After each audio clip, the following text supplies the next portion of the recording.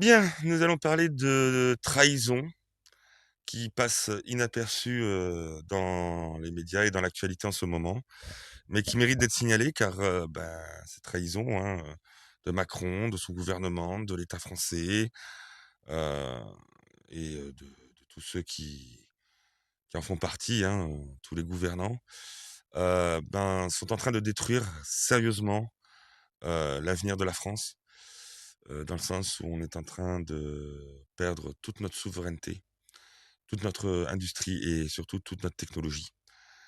Et on va regarder ça ensemble. Je vais commencer, par vous reparler, de ce casse, le moteur Vinci d'Ariane 6 qui, était jusqu'à maintenant fabriqué donc, à Vernon, en France et qui va partir à Lampoldhausen en Allemagne. Désolé pour la prononciation. Le truc, c'est que ce moteur Vinci équipe l'étage supérieur d'Ariane 6. Il s'agit d'un moteur cryotechnique réallumable, fonctionnant à l'hydrogène et à l'oxygène liquide, capable d'être rallumé plusieurs fois pour placer différents satellites en orbite, sur leurs orbites respectives. Véritable bijou de précision, il joue un rôle essentiel dans la flexibilité et la performance du lanceur européen. Donc, on perd ceci pour que ça aille en Allemagne. À savoir que c'était fabriqué en France jusqu'à maintenant, c'est en France que ça a été développé. Hop, on donne tout à l'Allemagne. Nous, en échange, alors on apprend que l'accord est entré en vigueur le 24 octobre, que la décision commune avait été prise en 2024 par l'Allemagne, l'Italie, la France et l'Agence spatiale européenne, que cette réorganisation avait déjà été approuvée dès 2019. Donc Macron était déjà là, hein, 2017. Donc il a signé pour, hein. Macron, de toute façon, depuis le début, il est là pour détruire la France. Il est là pour nous détruire. C'est horrible. Honnêtement, je trouve ça horrible. Horrible, horrible, horrible. Alors, parallèlement, la responsabilité du développement. Donc voilà, on va récupérer le développement de la turbopompe à oxygène liquide d'Ariane 6 qui a été transférée d'Avio à Colleferro en Italie vers Vernon. Et ensuite, une fois que ça sera mis au point, hein, je baisse peut-être un peu le son parce que ça doit être un peu fort. Hop, voilà. Donc une fois que ce sera mis au point, hop, ça va repartir vers l'Allemagne. Vous allez voir, dans 10 ans, ce sera en Allemagne. Selon un document de l'Assemblée nationale française datant de 2021, cette opération pourrait entraîner la suppression d'environ 600 postes Ariane Group, 600 postes en France, hein. Ariane Group affirme cependant avoir limité ce chiffre à 527 départs. Foutage de gueule, quoi, hein. Non, ce sera pas 600, ce sera 527. Grâce à un plan de départ volontaire, tout en maintenant certains emplois grâce au programme du moteur réutilisable Prometheus, qui lui aussi, dès qu'il sera au point, on va le filer aux Allemands. En fait, on est une pouponnière, nous. On est la pouponnière. On crée tout et les autres, après, ils nous achètent. Ils nous reprennent tout. Le groupe justifie cette relocalisation par la nécessité d'optimiser la compétitivité d'Ariane 6 et d'assurer sa viabilité économique avec un objectif de 7 ans, de 7 lancements par an.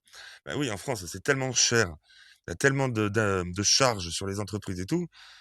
Moi, je comprends les mecs, hein, on est plus compétitifs. On est plus compétitifs. Bref,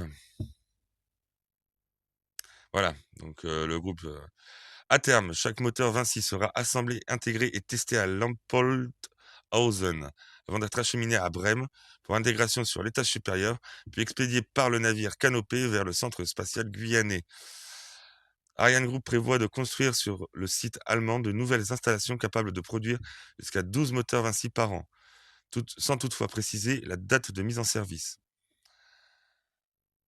Voilà, donc déjà, on perd l'assemblage après avoir fortement participé à son élaboration. On perd le moteur Vinci. Mais ça, c'est que le début, hein, vous allez voir. Là, nous avons un poste d'Alexis Poulain. Si c'est pas de la haute trahison, je ne sais pas ce que c'est. C'est une clause dans le contrat de vente d'Exaion, filiale d'EDF. Revient à sacrifier tout l'avenir pour EDF. On va regarder ça ensemble parce que là, c'est vraiment une dinguerie. Alors, je vais traduire le poste. Donc, l'acquisition d'Exaion, une filiale du géant français de l'énergie publique EDF, qui devrait être encore plus géant s'il n'était pas restreint par notre putain de gouvernement et par cette saloperie d'Union européenne. Alors, l'acquisition donc d'Exalion par le mineur de Bitcoin américain, Mara, dissimule une clause explosive.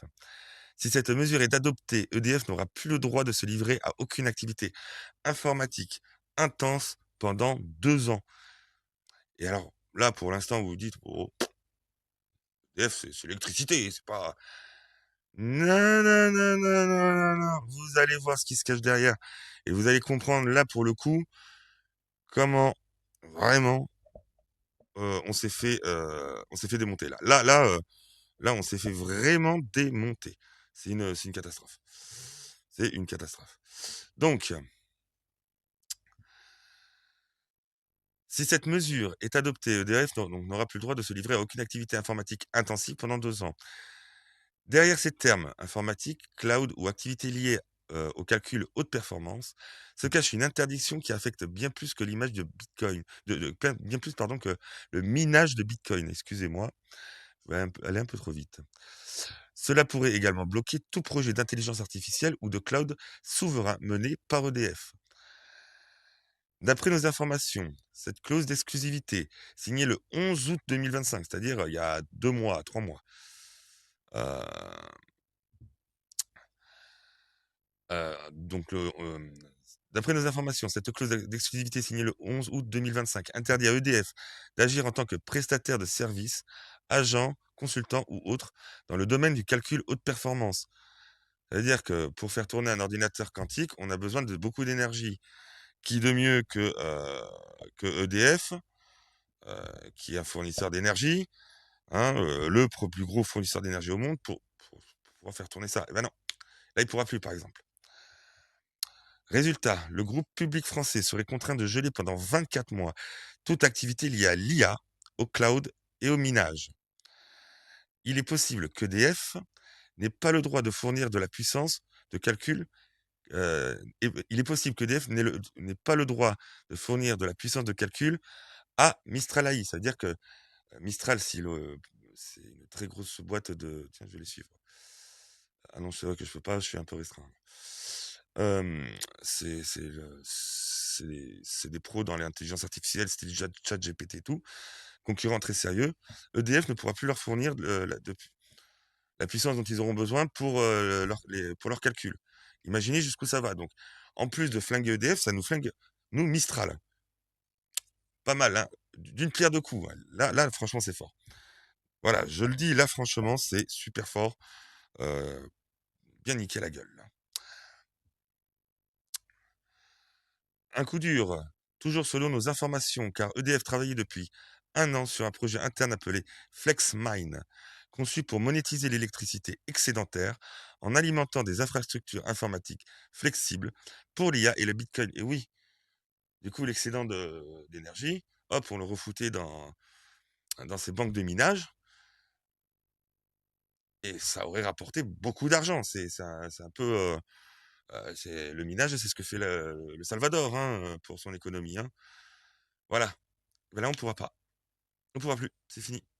Donc là, qui aurait pu nous rapporter, euh, si c'était bien géré, des centaines de millions, voire des milliards d'euros, finito. Et en plus de ça, on est restreint pendant 2 ans quand même. On a 2 putains d'années de restriction. C'est-à-dire que pendant 2 ans, tu as tous les autres qui vont foncer, tête baissée, qui vont se développer plein pot, et nous, on est niqués. Merci Macron, merci ces salopards qui nous gouvernent, parce que là, on peut plus dire autre chose. C'est tellement de la haute trahison que... Non, non, là, c'est des salopards. Je baisse un peu le son du micro, hein, excusez-moi, en même temps, je vois que je fais des bonds dans le rouge. Voilà.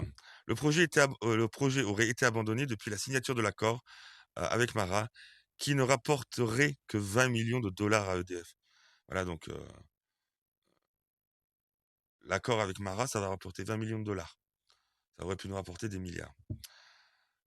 Cela pourrait équivaloir à une capitulation stratégique à un moment où tout le monde se bat pour sécuriser sa capacité de calcul. Ah oui, hein. Cette affaire soulève des questions de souveraineté numérique. Pardon. D'autant, d'autant plus que Mara, soumise à l'American Cloud Act, pourrait désormais contrôler une partie de l'infrastructure informatique critique française. Et en plus, on sacrifie notre intégrité informatique. Est-ce que vous imaginez, à ce niveau-là, où va la trahison? À quel niveau on est de trahison envers la France, envers l'État, envers les Français, envers les intérêts de la France? Voilà. Enquête réalisée par Rolf Bloch.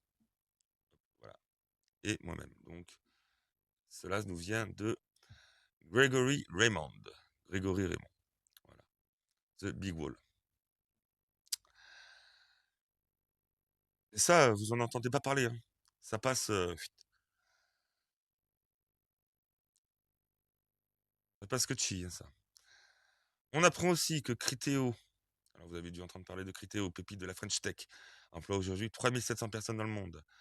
Et ben, et qui a été fondée à Paris, et ben s'en va. Elle va installer son siège au Luxembourg avant un possible transfert à New York. Et oui, hein, quand tu veux les surtaxer, alors qu'ils, hein, alors on va te dire, oui, mais ils payent que 7% ou 5%. Mais même avec 5%, ils payent déjà 100 fois plus que toi. Hein. Et en plus de ça, la plupart de ceux qui te sortent ce genre d'arguments, ce sont des putains de parasites qui se trouvent au RSA, hein, qui profitent de toutes les aides sociales. Hein. C'est eux qui nous plombent en plus. C'est une honte, c'est une honte. Là, c'est une honte. On apprend aussi, alors là, ça vient de John de Lorraine. La France replonge dans la pardon, je reprends. La France replonge dans la désindustrie. Excusez-moi, c'est dimanche matin, j'ai encore un peu la tête dans le. La France replonge dans la désindustrialisation. C'est bon, j'y suis arrivé. J'arrivais plus à lire. Donc la France replonge dans la désindustrialisation. Selon la Direction générale des entreprises, 82 usines ont fermé sur les 6 premiers mois 2025, contre 44 ouvertures. Première fois depuis 2016 que le solde est négatif, 2 semestres de suite. La France perd plus d'usines qu'elle n'en crée, malgré la hausse du secteur défense. Pendant que les autres réindustrialisent, nous fermons nos sites et détruisons notre souveraineté productive. Le pays se vide de ses usines et le gouvernement trouve encore le moyen de dire tout va bien. Et les partis politiques de faire voter des taxes. Alors que justement, là, on a besoin d'une détaxation massive. On a besoin de refaire rentrer de l'investissement et de l'argent, de permettre aux entreprises de recréer de l'emploi en vitesse, et surtout de la souveraineté industrielle, économique, de la souveraineté technologique. Mais on se désindustrialise. J'y arrive pas avec ce mot ce matin, hein. On se désindustrialise. Excusez-moi, là ce matin, c'est ma bête noire ce mot. Je le dirai plus.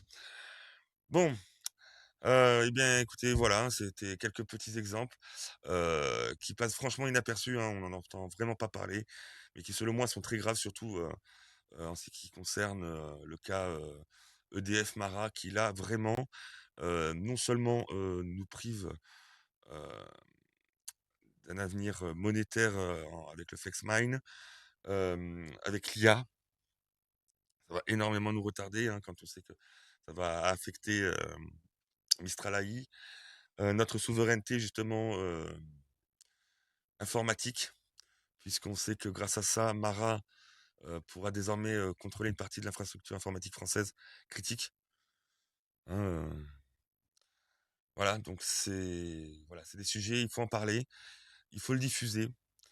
Donc malgré mes bégaiements, mes bafouillements à la fin, j'espère que vous aurez aimé cette vidéo. Si oui, un pouce, un like, ça aide pour la visibilité. Un commentaire, hein, si vous avez quelque chose à me dire, hein, je suis preneur. Et abonnez-vous à la chaîne, ça aide aussi pour la visibilité des vidéos. Et surtout, surtout, surtout, faites tourner, partagez. Il faut que ces informations tournent le plus possible. Il faut que les Français se rendent compte que nous sommes en train, que tous ceux qui nous gouvernent, hein, de Macron et toute sa clique et tous ces politiques à 2 balles, sont en train de pourrir, de détruire, de nous voler notre avenir. Donc, faites tourner un maximum, parlez-en autour de vous. Et moi, sur ce, je vous souhaite une bonne journée et je vous dis à bientôt.